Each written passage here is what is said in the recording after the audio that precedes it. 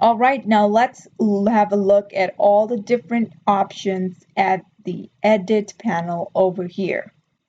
So first over here we have the undo and redo arrows. So if you make a mistake, or if you want to go back, or if you want to redo whatever you did, you can just make use of these two arrows. The next we have line type. This is probably one of the most important thing about Design Space, the line type, because it helps you in differentiating between a cut, a draw, or a score. So if you have cut selected, the machine is going to cut everything out using the blade. However, if you have draw selected, the machine is going to write everything out for you instead of cutting.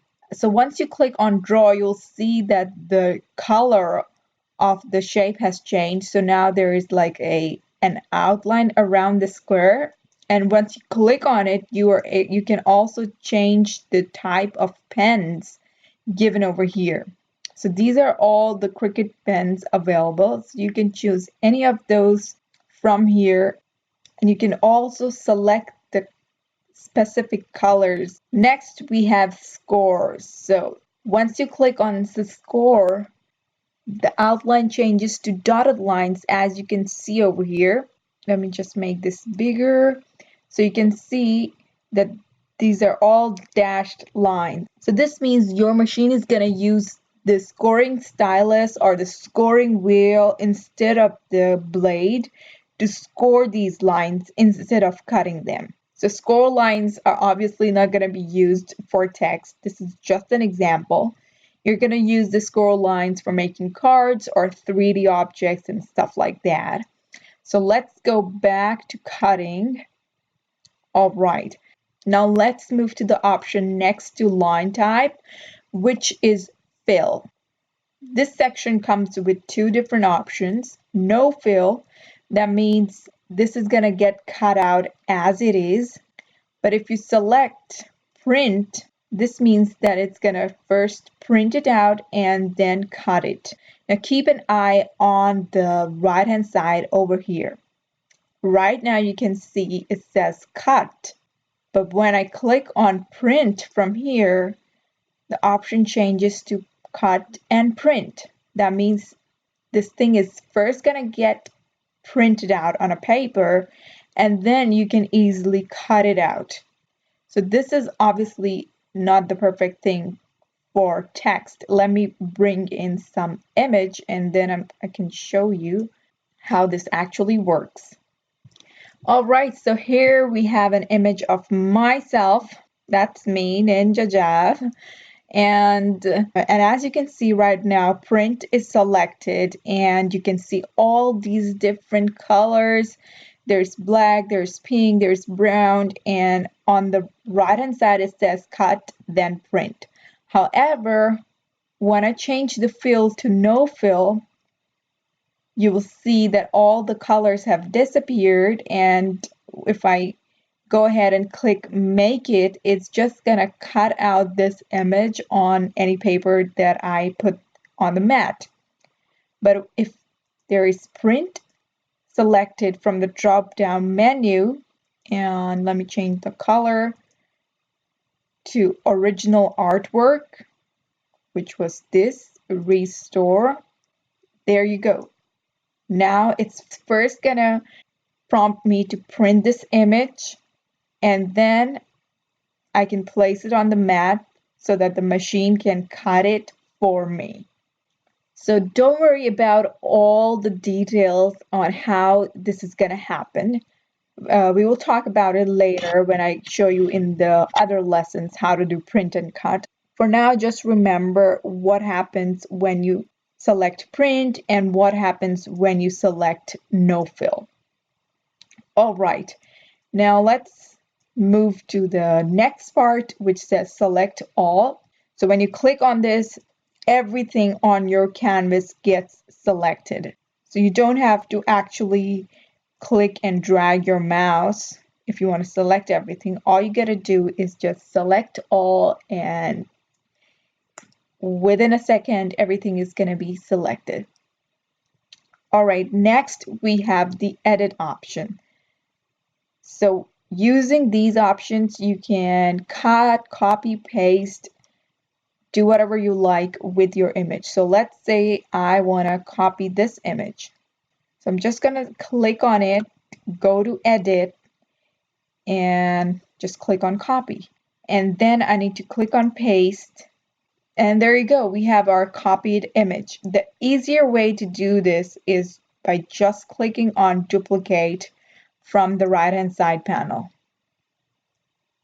And there you go, you have another copy of your image. Now let me just delete these. And if you don't want to use, the easiest way to delete something is to just click on this cross, but you can also use the edit tool over here and cut it out. And there you go, it has disappeared from the canvas. Now let's move on to the next part, which is all about arranging. So this comes in handy when you're working with a vinyl project, a layered vinyl project, and you want to position all your images so that you can figure out how it's going to look once the project is done. So what you can do is use this panel to arrange everything. So right now, let me change the color of this image so that it becomes easier to understand. Right now you can see the ninja is on top of this layer at the bottom.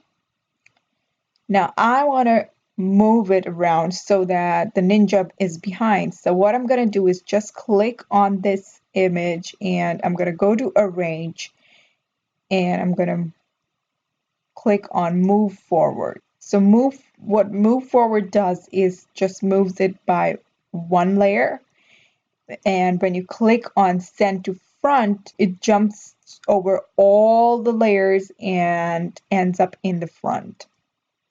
So now you can see that the ninja is behind the shoe right now, and this is all thanks to the arrange option over here. Next we have the flip option. So by using this option, you can turn anything 180 degrees or you can mirror it. So when I clicked on flip horizontally, this is what happened. It's like a mirror image now. And then you can also flip it vertically like this. And there you go. This is great for creating like mirror images, one on top of the other and stuff like that. So next we have the size option. If you imported some file and it's really large, what you can do is just go to this size option. You can just enter any number you like over here. Let's say 5, and you'll see that immediately it reduces the size of the image so that it's much easier to work with, and you don't have to keep on zooming the image or dragging the image to make it smaller. So this is like a real quick fix, and I use it like almost all the time. All right, next we have the rotate option. So let's say you want to rotate this image. You can either go for this arrow over here and just hold it and drag it all around. Or if you want specific sharp rotations, you can just right here, let's say 90 degrees. And there you go. It's a perfect 90-degree rotation. You can do the same if you want 180 degrees. And there you go. Now let me just put it back as it was. And here we are back again. And the last option over here tells you where your image is on your canvas. So this tells you the exact location of your image. So right now you can see it's 11.2. So this is where it is, and from the y-axis it starts at 1.8. So yep, this is where it is. So I hope all that made sense. Once again, let me just remind you, you don't have to take any notes. If you want something which is already compiled and ready to be used, you can just grab the cheat sheets. And as you can see here, I have all of this listed in the cheat sheets. So you don't have to spend time compiling your own notes. You can just go ahead and grab this and jumpstart your journey with your Cricut.